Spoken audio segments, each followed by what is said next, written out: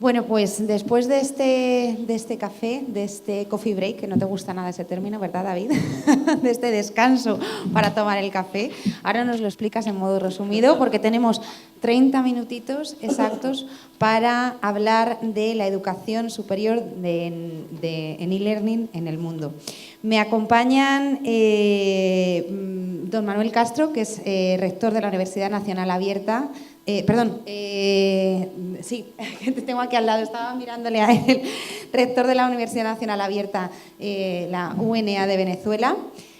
Salvador Ordaz Montes de Oca, que es rector de la Universidad Línea CEAMER de México. David Caldevilla, que es profesor contratado y ya titular, casi titular, de la Universidad Complutense de Madrid. Y José Lozano Galera, que es presidente de AIFOL y Expo Learning de Barcelona. O sea, tenemos aquí una representación muy variada. Bien, hablábamos... Perdón un segundito que le voy a dar aquí al cronómetro. Ya estamos en periodo de descuento. Bien, hablábamos de esa globalización, de la necesidad de que la educación sea una educación global. Yo creo que es mi opinión, las nuevas tecnologías han democratizado y han universalizado lo que es la educación y la formación en todos sus niveles, desde sus etapas primarias como a nivel de formación profesional.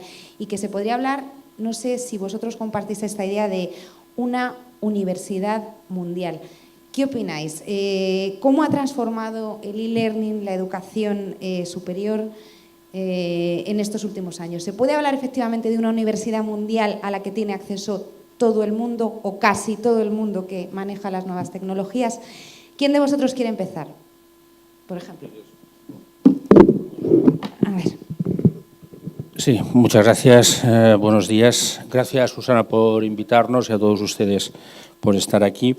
Ayer se hizo público que a Khan Academy le dieron el premio Príncipe de Asturias en España. Esta academia, que no universidad, tiene 62 millones de estudiantes. Nosotros en Expo Learning tuvimos a Coursera, no universidad, que tiene 38 millones de estudiantes y que se alimentan.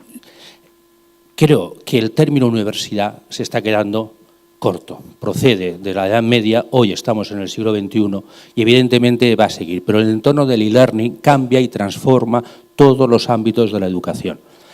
Vamos hacia otro modelo, hacia otro paradigma y para ese paradigma tenemos que estar con una mentalidad muy abierta, desaprendiendo, aprendiendo a hacer y estando muy atentos a todos los cambios que están llegando. David. Me han pasado el bárdulo. Bueno, vamos a ver, si vamos a la etimología, universidad viene de unus versus alia. Uno hacia todo. O sea, literalmente es lo que tiene ya, de alguna manera, en su origen, ahora se dice en su ADN, que queda muy fino, ¿no? Bueno, tiene en su origen el concepto de expandirse, ¿no? De llegar a todas partes, no hace distingos. Lo que pasa que es verdad que las tecnologías lo han cambiado absolutamente todo. Entonces, cosas que antes, la UNED siempre existió en España, ¿no? Esa distancia, ¿no? De toda la vida, vamos, toda la vida, llevará 100 años. La Complutense tiene 500, lo digo para poner cada cosa en su sitio, ¿no?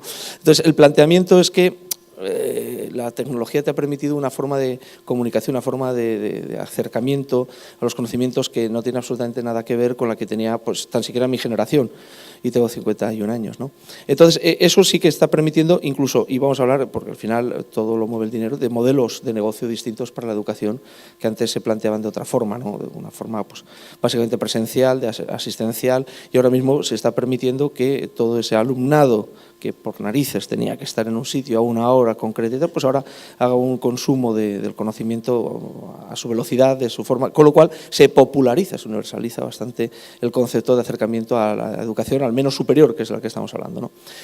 El mundo global, la educación global, es verdad que hay que pensar como en el siglo casi ya XXII, que tenemos que empezar a pensar cómo va a ser el futuro, pero hay unas cosas que creo que no tenemos mucho en cuenta a la hora de decir esto. Es que lo importante no es quizá que la persona, el alumno, pase por la universidad.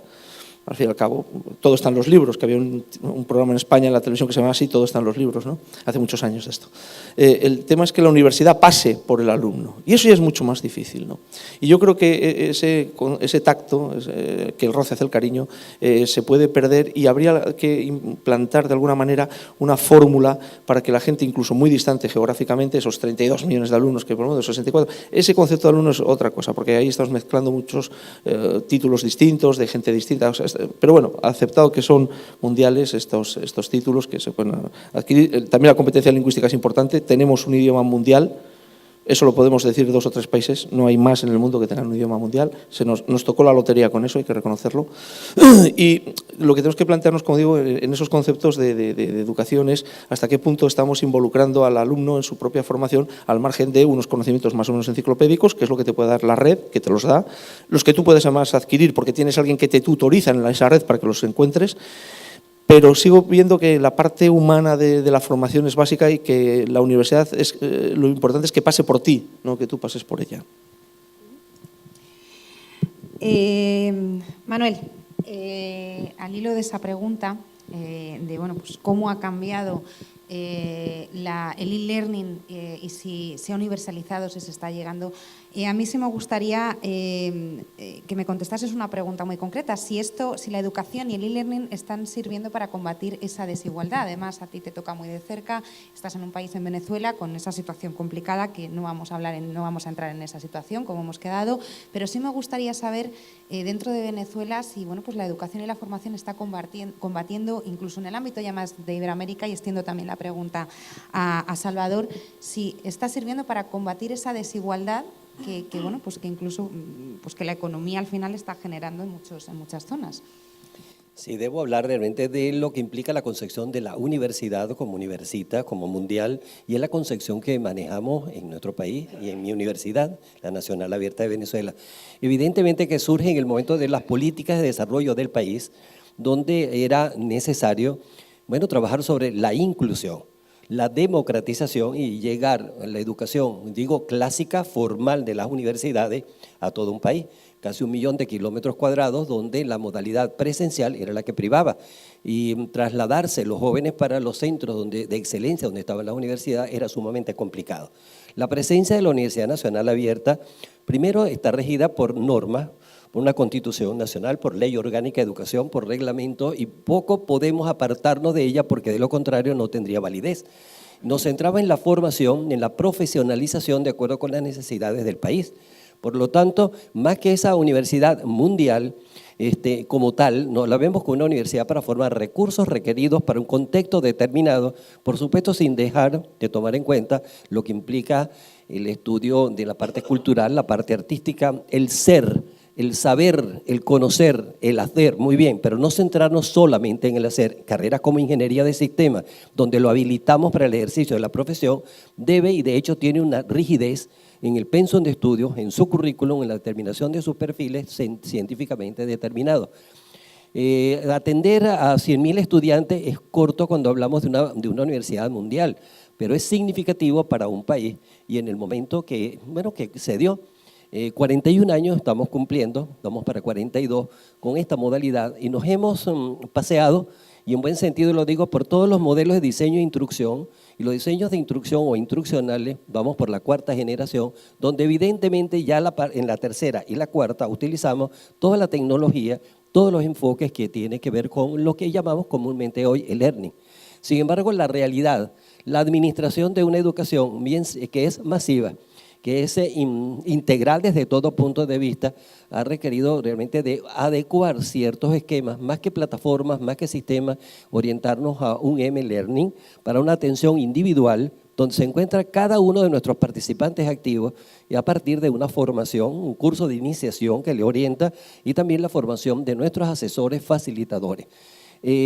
Posiblemente la demanda en el exterior, en otros países hermanos de América Latina, estamos ya prácticamente rompiendo la frontera para ir a esos países, pero lógicamente adaptándonos a las condiciones que cada país tiene, a su normativa legal, por cuanto estamos formando recursos humanos habilitados para el ejercicio de una profesión. La parte humanística, las bellas artes, la dirección de cultura influye mucho en lo que es la educación a distancia, no solo aprender a conocer, aprender a desaprender para nuevos conocimientos, sino la parte de enlazar la realidad, la parte del oficio, la parte de la profesión con la parte teórica. Y por último, la presencia de los posgrados en nuestro país a distancia. Comenzamos con 8.000 estudiantes para 6 posgrados, implica que estamos dentro de la rigidez, es la palabra, dentro de la parte formal, porque de lo contrario no estaríamos en el marco de la ley.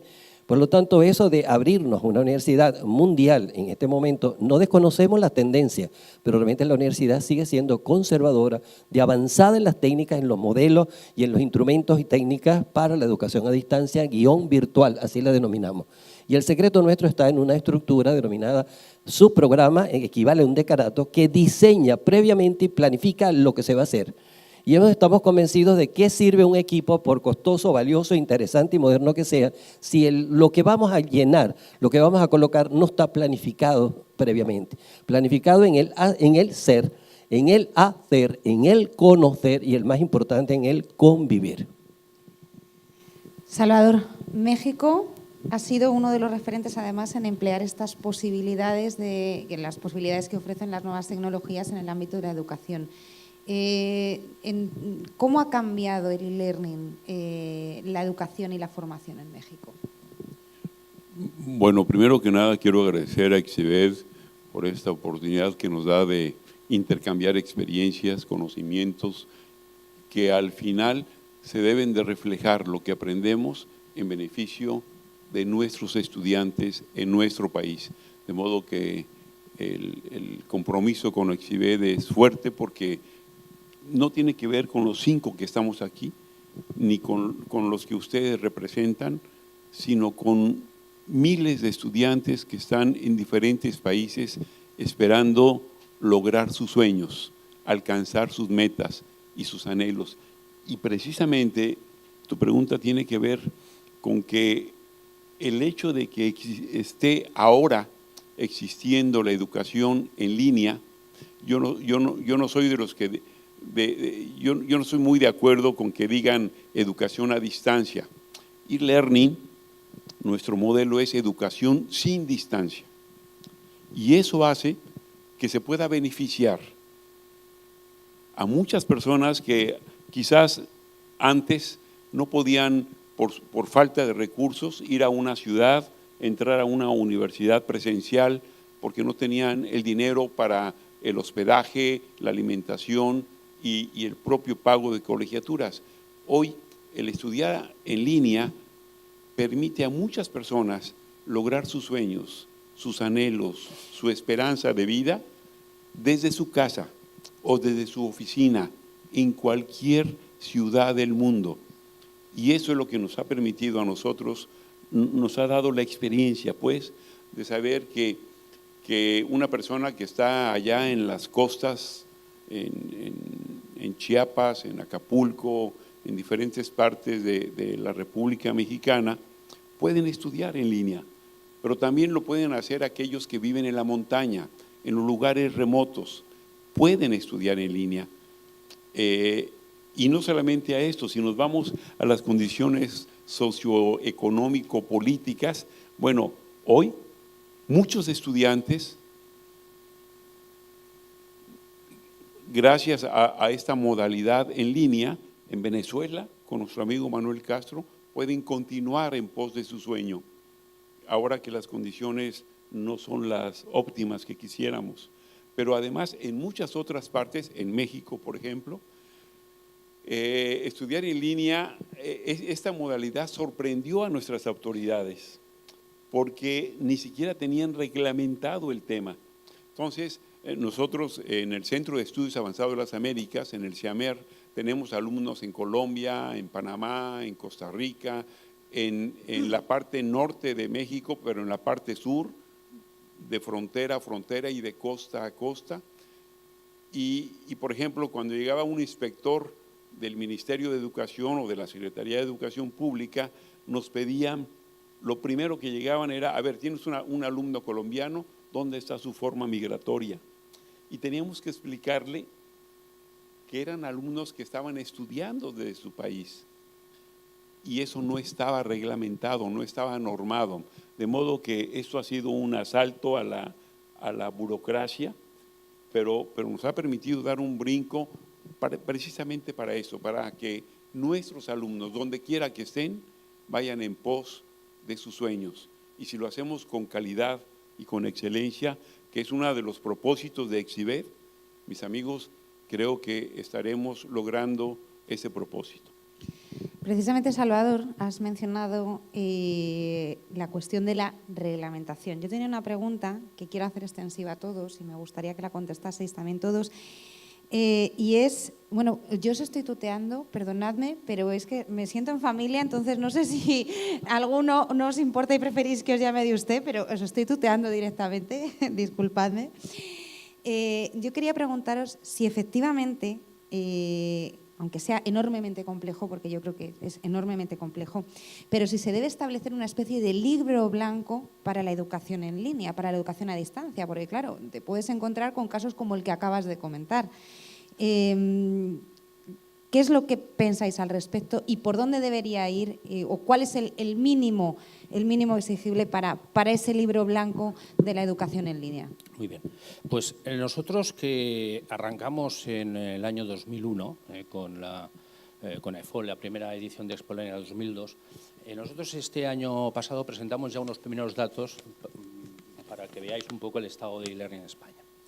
Es decir, nadie sabe, cuántos estudiantes de formación online hay en España, cuántos profesores de formación online, tutores, hay en España. Sí que os puedo decir que más o menos nosotros hemos hecho un cálculo dentro de lo que podíamos denominar esa iniciativa del libro blanco, pero que no la vamos a desarrollar mucho más allá porque no tenemos ningún apoyo y, por tanto, es decir, mi empresa se dedica a lo que se dedica, a organizar Expo Learning, pero no tenemos medios para seguir. Sí que tenemos muchísimos datos, porque hemos organizado 25 ediciones de Expo Learning y, por tanto, somos la empresa que más base de datos tiene del mundo en español, ¿de acuerdo? Entonces, nosotros decimos que en España hay 2 millones de estudiantes de formación online, ¿de acuerdo? Hay en estos momentos aproximadamente, es decir, porque el dato está ahí en torno a unos 6.000 profesores que están impartiendo formación online. Todas las universidades, las 72 universidades presenciales que hay en España, tienen programas, cursos, másters, posgrados en línea, ¿de acuerdo? Y de las 7 universidades online creadas en España, que ya en principio no se van a crear más porque no hay permisos, la última ha sido la de Canarias, ¿de acuerdo?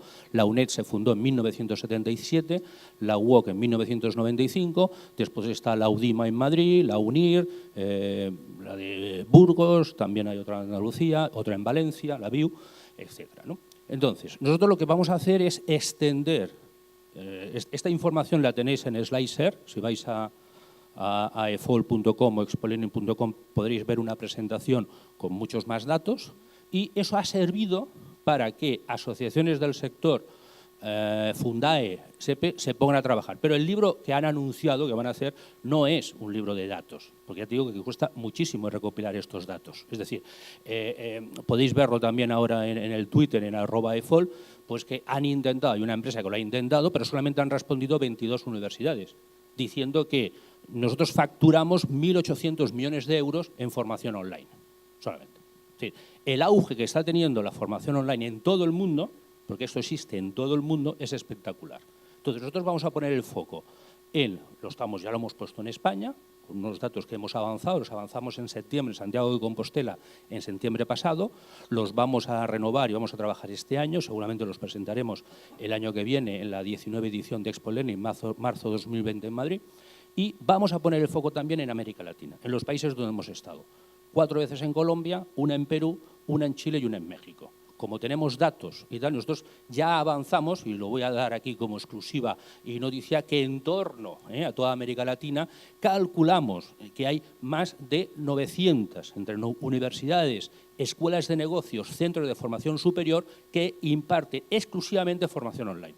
No contamos, evidentemente, las unidades presenciales, porque insisto que todas las unidades presenciales, igual que ha pasado en España, van hacia la oferta formativa online, bien sean sistemas blended, mixtos o exclusivamente online. Entonces, las universidades que han crecido muchísimo, lo comentaba antes al compañero, que México va a ser la potencia número 1 en e-learning del mundo, siempre en español. Estos datos, no me digan ustedes China, Estados Unidos, etc., porque nosotros solamente trabajamos en español. En inglés no lo tocamos, hay otros eventos, etcétera, que lo tienen, ¿vale? Entonces, México, número 1 en muy poco tiempo, ustedes están despegando muy fuerte en ese aspecto. Colombia les está pisando los talones, digo por población, ustedes tienen 122 millones de habitantes, Colombia está en unos 47, muy parecido a España, y ustedes, si lo hacen bien, que yo creo que lo van a hacer muy bien, van a ocupar el número 1 de formación online de e-learning en el mundo, en español, ¿de acuerdo? Porque tienen una población joven, tienen mucha necesidad de formación, etcétera, etcétera. No me quiero extender mucho en eso, pero ya le digo en otro. El caso de Venezuela es admirable, ustedes en las condiciones que están trabajando es para quitarse el sombrero, y le felicito porque diga, ustedes están haciendo un trabajo excelente, con muy pocos medios, con muchas dificultades, pero eso refleja el carácter creativo, luchador del venezolano. El venezolano es una persona muy entusiasta, sobre todo muy creativa. Conocemos empresas de Venezuela que se han ido a Perú o se han venido a España porque allí no podían trabajar y están aportando una riqueza espectacular. Nosotros en Expo hemos tenido 40 países de todo el mundo que han participado en esta edición, la última, ¿de acuerdo? 28-29. Y han venido de toda América Latina, ¿de acuerdo? Por tanto, los datos, el en el mundo está despegando fortísimo, el mercado en España está creciendo, pero no tanto como creció en los últimos años, sobre todo por la crisis, y porque tampoco hay tanto mercado para tanta oferta. Es decir, porque esto ya todo el mundo ofrece, con lo cual ahí la calidad que vosotros estáis abogando va a ser la punta de lanza, la diferenciación. Es decir, porque, oiga, tantas universidades, tantas escuelas que están ofreciendo formación online, ¿cómo nos vamos a distinguir? Oiga, pues la calidad. Perdona, porque además es que me llama muchísimo la atención esa barbaridad de datos. O sea, yo el otro día buscando y documentándome, yo en el buscador, en Google, escribes e-learning y salen, os voy a facilitar un dato, que es una barbaridad, 2.120 millones de resultados de búsquedas cuando hablas de e-learning. Lo que contrasta además, que luego dices, si lo sustituyo por educación superior, los resultados se reducen a 52,8 millones.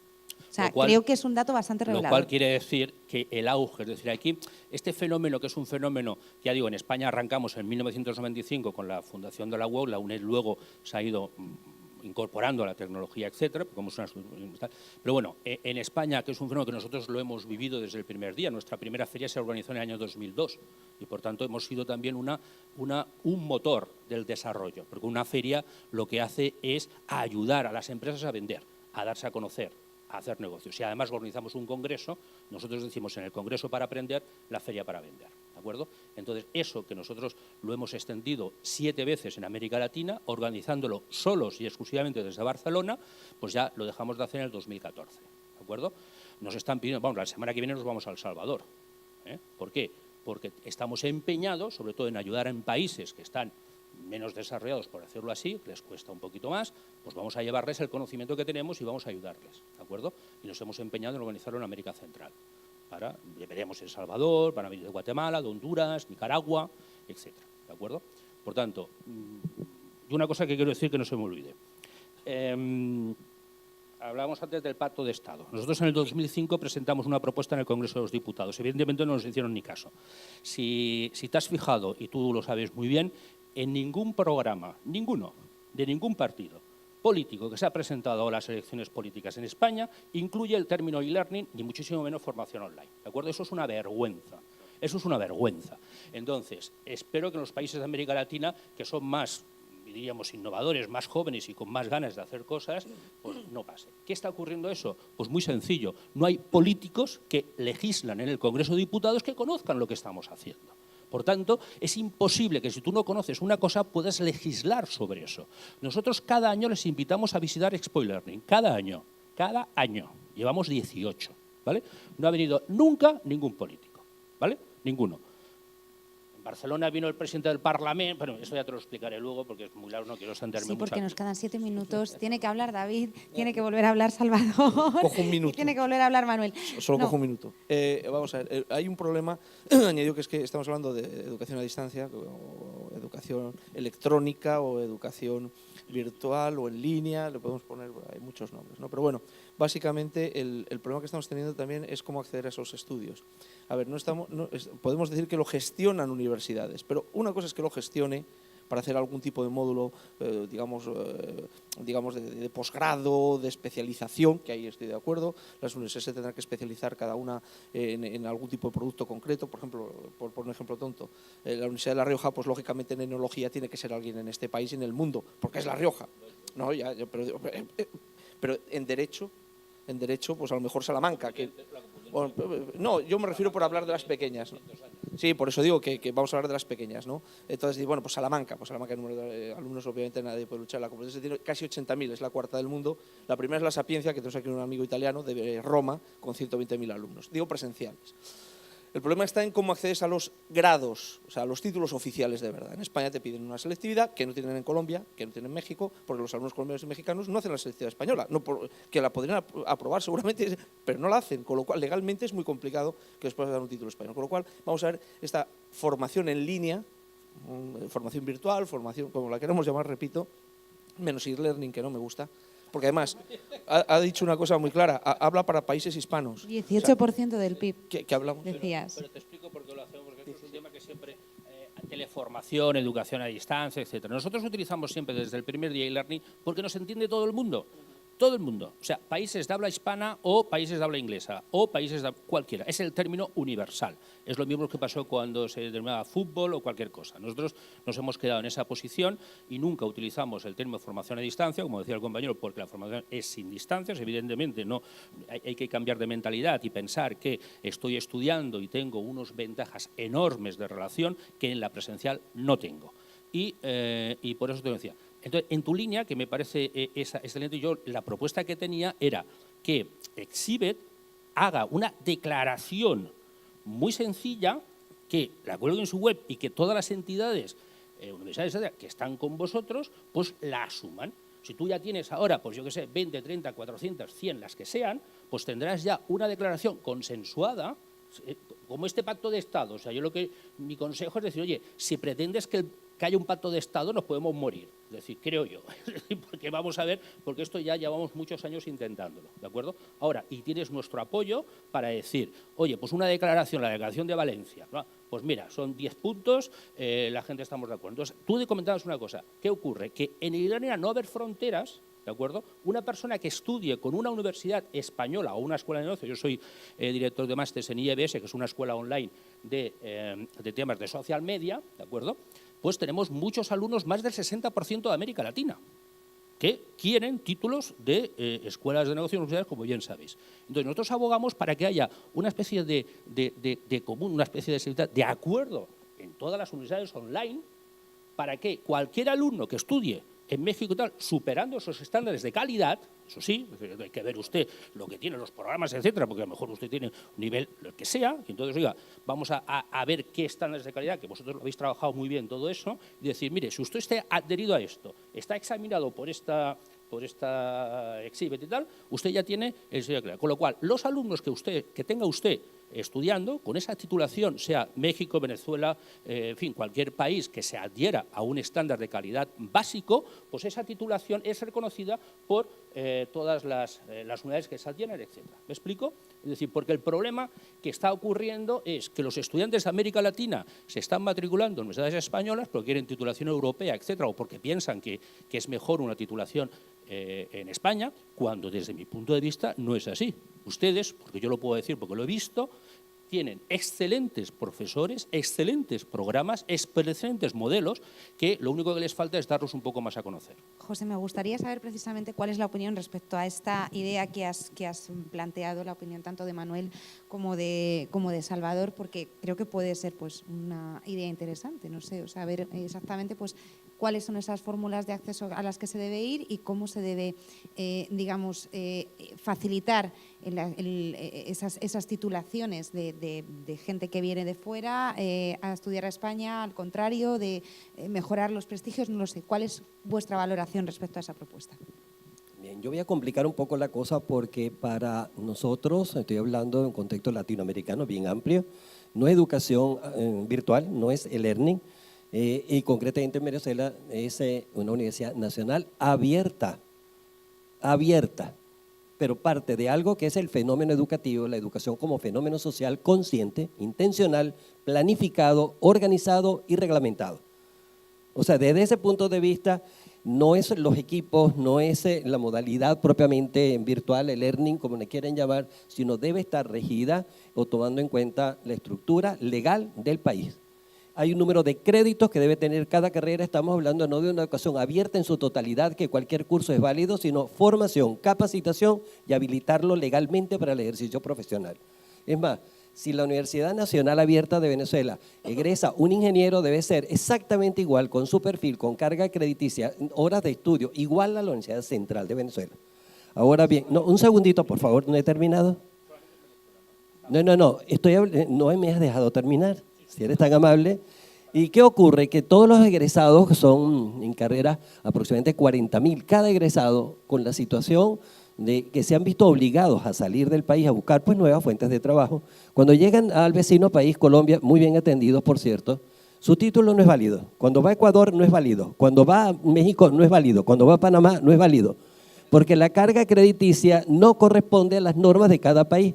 Entonces, la educación, el learning virtual, en línea, los nombres que le quisiéramos llamar, si deja de ser fenómeno social reglamentado y ordenado, el egresado, estoy hablando del egresado formal, titulado y habilitado, no puede ejercer. Entonces, no importa el medio, cómo accedió a ella, en su casa, en su lugar de trabajo, en su comunidad, en sí mismo, autodidacta, porque así los materiales y los avances que existen lo permiten, sino cuando presenta su título, no reúne las condiciones, porque no hay un libro, y entendí un poco tu pregunta inicial, no hay un libro que dé las especificaciones para que estos títulos sean válidos en todos los países. Los reconocimientos de la apostilla de la Haya son indispensables, pero detrás de ellos está una reglamentación que lo sustenta. Por ejemplo, un estudio a distancia virtual, el learning, repito, no es problema de nomenclatura, sino la dedicación para algunos países. Una unidad crédito que parece ser el término convencional, son 16 horas de estudio. Mentira, son horas para que el docente trabaje y oriente y dé su clase de la orientación, bien sea presencial, una modalidad blended learning, o otro término más, o sencilla y llanamente las horas de dedicación de él. En otros países es cada crédito 32, mientras que la orientación de UNESCO es 48 horas de estudio por cada unidad crédito, horas de dedicación y estudio supervisados por la universidad. Vale decir, ¿dónde está el docente? ¿Dónde está el asesor? ¿Dónde está el facilitador de estos procesos? Para orientar en esta modalidad implica una capacitación muy, muy diferente al docente de aula, el docente discente, que nos encargamos de enseñanza, guión, aprendizaje. Aquí es garantizar los aprendizajes a través de una serie de medios. Por lo tanto, si no garantizamos un tipo de equilibrio para que cuando ellos vayan a otro lugar o vayan digamos, de un país a otro, su título sea válido. Entonces tenemos personas con grandes títulos, una excelente formación, niveles de posgrado, de pregrado, que cuando van a otro lugar no están capacitados según la norma. Por tanto, carecemos de una normativa universal, si cabe, para dar el otro paso de que los títulos sean reconocidos. Nadie duda de la modalidad, porque es modalidad. Nadie duda de los avances, las tomamos, los compramos, pero lo que sí se duda es que el producto que estamos convencidos que es de calidad no es aceptado en otros contextos sociales y menos ocupacionales. Salvador, muy brevemente, porque luego quiero hacer un matiz David y estamos ya fuera de tiempo. O sea que ya me están quitando mi tiempo, ¿verdad? Sí. A ver, hay dos cosas. Una de ellas es que efectivamente, bueno, yo quiero precisar, el tema de que no esté reconocido en otros países no tiene que ver con que el egresado sea de una modalidad en línea o presencial. El tema es que aún presencial en México no se aceptan formalmente, legalmente, egresados que van, por ejemplo, de acá de España o de otro, pero vaya, quiero enfatizar, no se refiere a los estudios según la modalidad, sino aquí el problema es de gobiernos. Y por eso mi sueño, mi esperanza, es que Exhibet en algún momento logre consolidarse de tal forma que haga propuestas a los organismos internacionales, a la UNESCO, a la ONU, para que esto se dé. Pero no tiene, insisto, que ver con que sean egresados en línea o sean egresados presenciales. Esto es un desafío de la autoridad, es un reto para las autoridades que a nivel internacional deben de hacer las propuestas para que los estudios sean reconocidos, como tú lo señalabas de una manera brillante. Hoy como nunca la educación debe ser universal, sin fronteras. Y el desafío para los gobiernos de las naciones es precisamente establecer el marco jurídico para que eso se dé. De ahí el desafío es otro, es en nuestras universidades dar educación de calidad. Miren, el gran problema es que el mundo todavía, a pesar de los 53 millones de estudiantes que hay en el mundo actualmente estudiando en línea, quiero decirles que el mayor desafío es hacer que nuestros estudiantes sepan que eso implica responsabilidad, disciplina, porque antes, hace algunos años, se pensaba que estudiar en línea era algo sencillo, era algo facilito, era, dicen en México, de barco, o sea, de que se iba a pasar muy rápidamente, y no, esto implica esfuerzo, sacrificio por parte de nuestros estudiantes, y si así lo asumen, seguramente van a lograr sus objetivos. El gran desafío de las universidades es que podamos hacer que nuestros estudiantes, en esa plataforma en la que están realizando sus estudios, ellos puedan volverse adictos al estudio en una plataforma. Esto es, hemos hablado con nuestros catedráticos, con nuestros maestros, y continuamente les decimos, recuerden que detrás de esa pantalla, detrás de ese ordenador, de esa computadora, hay una persona que sueña, que tiene esperanzas, que tiene ilusión por avanzar en la vida, y que nosotros tenemos que hacerlo de tal manera amena, con todo el rigor que señala mi amigo Manuel, pero también amigable, pues, para que ellos en esa plataforma se vuelvan adictos al estudio y no por estar frente a un monitor piensen que no hay un acercamiento de tipo humano por parte de la institución y de sus maestros. Yo solamente quiero terminar parafraseando a un gran maestro que decía, hablando de los retos o de los desafíos que puede tener la educación en línea, pero de otros más problemas, decía, no es posible que los problemas del mundo o de nuestras naciones sean resueltos por escépticos o por pesimistas cuyos horizontes se hayan limitados por nuestra amarga realidad. Se necesitan docentes, se necesitan maestras, se necesitan maestros que puedan soñar en cosas que nunca se han realizado y se pregunten, ¿y por qué no? Muchas gracias. David, el micromatiz. El micromatiz. No, hablaba de que los países tenían que adherir, ¿no?, a estos temas, los países, la legislación de los países adherir y temas educativos. Y más que adheridos, cuando tú hablas de estos temas te quedas aterido, que es otra cosa parecida pero distinta. Que tú has dicho adherido, pero que no, te quedas aterido, o sea, de frío, te quedas helado, te quedas aterido. Aterido quiere decir helado, ¿no?, de frío, no te quedas congelado. Entonces, el planteamiento solamente es que si hay países que reconocen unos títulos con otros, por ejemplo en Europa, con la Comunidad Europea, sí se admitía un título de otro país, te capacitaba para ejercer en el tuyo, es cierto. Entonces, lo que hay que hacer es empezar a ver cómo, y a veces aquí es un camino inverso, cómo las realidades universitarias en línea pueden adherirse, que no adherirse, adherirse ahí a lo que es el requisito que se está pidiendo. Bien, los países no van a permitir, digamos, un aluvión, imaginémonos, por ejemplo, de médicos cubanos, que en Cuba la medicina tiene mucha fama, que es muy buena, que tal, y de repente que te venga gente de Cuba que está haciendo unas carreras gratis, porque ahí en los países como esta sabemos que todas las carreras son gratis, y de repente te estén viniendo a España, que de hecho se están viendo médicos cubanos en las residencias de ancianos y tal, porque lógicamente cobran aquí muchísimo más de lo que van a cobrar allí, ¿no? Y es un tema de dumping social. Pero bueno, que es palabra inglesa que tampoco me gusta, sería el diferencial.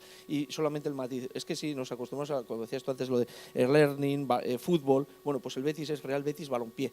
Y defiendo que de alguna manera, nosotros que vivimos del idioma, porque vivimos del idioma, nos gusta, ¿no? Vivimos del idioma, que tratemos, y uno de los grandes errores, y con esto acabo, lo he hablado con Carmen Cafarel, amiga mía, que fue la directora del Cervantes de la Televisión Española, digo, habéis perdido la ocasión del siglo, que se llama Filipinas. Porque todas las que son 122 millones mexicanos, ¿sabéis cuántos filipinos hay en el mundo? 105. No está mal, ¿eh? 105 millones de personas que pueden estar hablando español en un portaaviones en el Pacífico llamado Filipinas. Y lo hemos perdido. Bueno, José, estamos ya muy fuera de tiempo. Es un tema que en la comida vamos a tener ocasión de seguir debatiendo sobre ello porque da para muchísimo, muchísimo. Es muy interesante además. Pero ya insisto que estamos fuera de tiempo.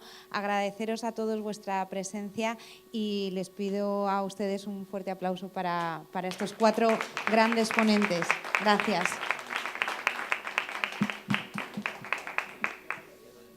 Bueno. Muchísimas gracias. Gracias.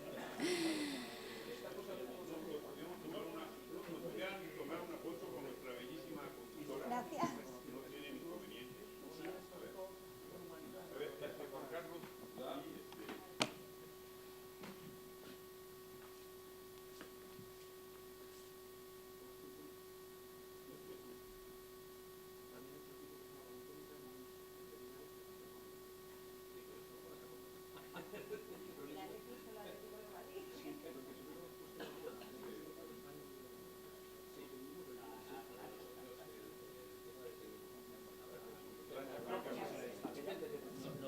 No lo vamos a usar nunca.